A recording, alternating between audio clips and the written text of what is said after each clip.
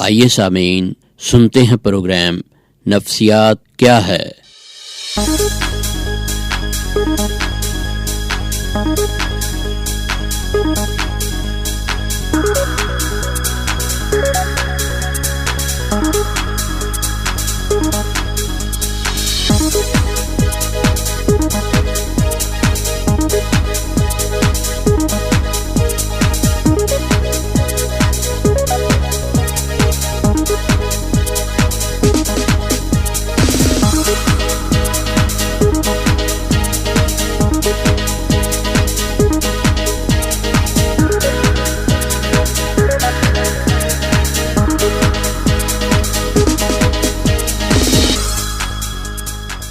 السلام علیکم، میں ہوں آپ کی میزبان انم شکیل اور آپ سن رہے ہیں FM 96.6 The Voice of LCWU۔ جیسا کہ سامعین آپ جانتے ہیں کہ یہ پروگرام نفسیات پر مشتمل ہے اور ہم نے اپنے گزشتہ پروگرام میں جانا کہ کس طرح سائیکولوجی ہماری زندگی کے مختلف حصوں پر اثر انداز ہوتی ہے، اور آج کے پروگرام میں جانیں گے کہ سائیکولوجی کا پس منظر کیا ہے، یہ کب معرض وجود میں آئی اور ہر زمانے میں سائیکولوجی کو کس نظریے سے دیکھا گیا۔ نفسیات ان تمام جانداروں جو کہ دماغ رکھتے ہیں ان سب سے تعلق رکھتی ہے۔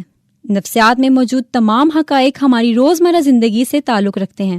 نفسیات کا مطالعہ ہمیں اس قابل بناتا ہے کہ ہم سوالات کے جوابات دے سکیں، مثلاً ہمارا ذہن کس طرح سے کام کرتا ہے، ہم امتحانات کے دوران بہت زیادہ دباؤ کا شکار کیوں رہتے ہیں، لوگوں کی شخصیات ایک دوسرے سے کیسے مختلف ہوتی ہیں، کیوں تمام لوگوں کا نظریہ ایک جیسا نہیں ہوتا، یادداشت ہونے کی وجوہات کیا ہیں۔ سائیکولوجی نہ صرف ان سوالات کے جوابات دیتی ہے بلکہ ان کے چھپے وجوہات اور آئندہ زندگی میں ان سے متعلق حل تجویز کرتی ہے۔ چونکہ سائیکولوجی کا تعلق انسانوں سے ہے، اسی لیے یہ اسی وقت سے وجود میں تھی جب پہلے انسان نے اس دنیا میں پہلا قدم رکھا تھا۔ دوسرے الفاظ میں سائیکولوجی کا آغاز انسانی تاریخ کے ساتھ ہی ابھرا تھا۔ جیسے جیسے انسانیت بہتر ہوتی رہی ویسے ویسے سائیکولوجی بھی ترقی کرتی رہی، اور سائیکولوجی کی ترقی کا سفر ابھی بھی بڑھ رہا ہے۔ لفظ نفسیات یعنی سائیکولوجی دو الفاظ یعنی سائیکی اور لوگوس سے مل کر بنا ہے، جو کہ یونانی زبان سے ماخوذ ہیں۔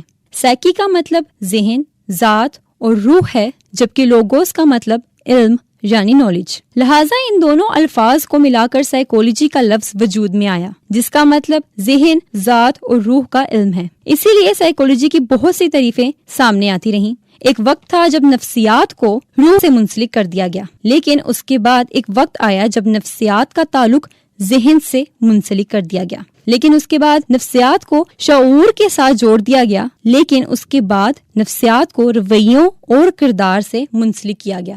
اگر ہم سائیکولوجی کو روح کی سائنس کے نظریے سے پڑھیں تو روح ایک ایسا تصور ہے جو کہ بہت جانا پہچانا تو ہے، لیکن جب ہم اس کو درست لفظوں میں بیان کرنے کی کوشش کریں تو لفظ ہمیں روح کو اصل معنوں میں دریافت کرنے میں ناکام کر دیتے ہیں۔ مذہبی نقطۂ نظر سے ہمارا ماننا یہ ہے کہ روح ہمارے جسم میں موجود تو ہے، اور ہمیں یقین ہے کہ جسم جب تک ہم زندہ ہیں تب تک روح کا ساتھ ہمارے جسم کے ساتھ چلتا رہے گا، لیکن جب ہم مر جائیں گے تو یہ ہمارا جسم چھوڑ دے گی۔ ایسے ہی کئی اور نظریات مختلف وقتوں اور زمانوں میں آتے رہے۔ مثال کے طور پر روح ہمارے جسم سے تعلق رکھتی ہے، لیکن نہ تو ہم اسے دیکھ سکتے ہیں اور نہ ہی محسوس کر سکتے ہیں۔ روح لافانی ہے۔ ایک وقت تھا جب روح کو ہر چیز میں حاضر اور موجود سمجھا جاتا تھا، لیکن بعد میں اسے صرف جانداروں کے ساتھ جوڑ دیا گیا۔ قدیمی یونان میں بہت سے فلسفہ دانوں نے روح کو اپنے اپنے طریقے سے بیان کیا، جس میں ارسطو، افلاطون،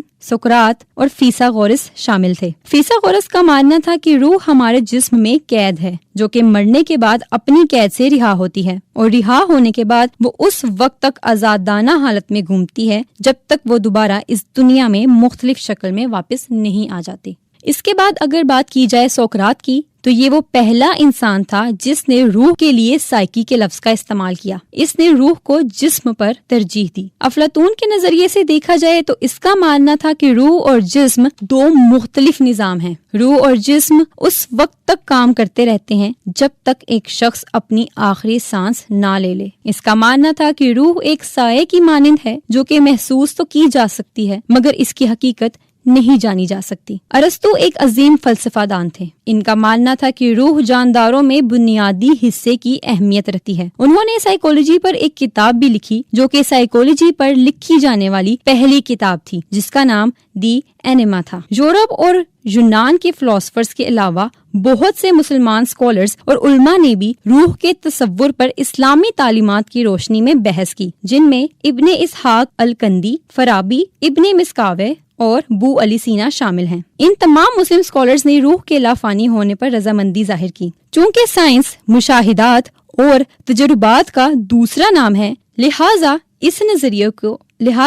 اس نظریے کو یہ تنقید کر کے رد کر دیا گیا کہ روح پر کسی قسم کا مشاہدہ یا تجربہ نہیں کیا جا سکتا، لہٰذا یہ سائنس کی شاخ نہیں ہو سکتی۔ اس کے بعد ایک وقت آیا جب نفسیات کو بطور علم ذہن سمجھا جانے لگا، اور جب نفسیات کو ذہن کے نظریے سے پڑھیں تو معلوم ہوگا کہ مائنڈ یعنی ذہن اور برین یعنی دماغ میں کیا فرق ہے۔ ذہن ایک ایسی چیز ہے جس کا جسمانی اعضاء کے لحاظ سے کوئی وجود نہیں، جبکہ دماغ گوشت سے بنا ہوا ہے جو کہ وزن بھی رکھتا ہے، لیکن ہمارے جذبات، ہمارے احساسات اور ہمارے ہوش و حواس در حقیقت مائنڈ میں موجود ہوتے ہیں، اور بے شک مائنڈ اور برین کا آپس میں بہت گہرا تعلق ہے۔ دونوں ایک دوسرے کی غیر موجودگی میں اپنا کام سر انجام نہیں دے سکتے۔ روح کی طرح اس نظریے کو بھی مختلف قسم کی تنقید کرتے ہوئے رد کر دیا گیا، کیونکہ مائنڈ کا کوئی وجود نہیں، اس لیے اس پر کسی قسم کا تجربہ یا مشاہدہ ناممکن تھا۔